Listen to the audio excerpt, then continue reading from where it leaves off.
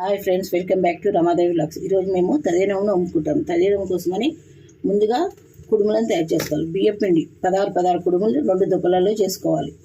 కాబట్టి నేను ఇంత పిండి తీసుకున్నాను. మీకు ఎంత కావాలంటే తీసుకొని అందులో కొద్దిగా ఉప్పు, నీళ్ళను వేడి చేసుకోవాలి. ఆ వేడి నీళ్ళతో దీన్ని కలుపుకోవాలి. ముద్దలాగా చేసుకోవాలి. వేడిగా ఉంటుందని మసలు వేడి నీళ్ళు కాబట్టి ఈ విధంగా కలుపుకుంటున్నాను.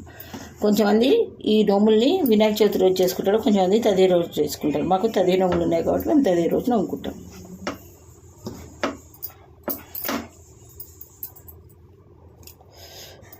పిండిని ఈ విధంగా ముద్దలాగా చేసుకోవాలి. ఇప్పుడు ఈ పిండిని చిన్న ఉండలుగా చేసుకొని ఈ విధంగా ఒత్తుకోవాలి. ఏమంటే కుడుములను చేసుకోవాలి.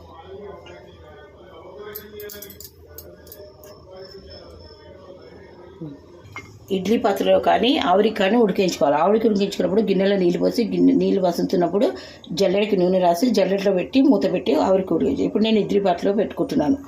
ఈ విధంగా చేసి వీటిని ఒకటి మీద ఒకటి ఈ విధంగా పెట్టుకోవాలి. ఎన్ని కావాలో అన్ని పెట్టుకోవాలి. పాత్ర ఒకటి మీద ఒకటి పెట్టి ఆవిరికి ఉడికించుకోవాలి. రెడీ.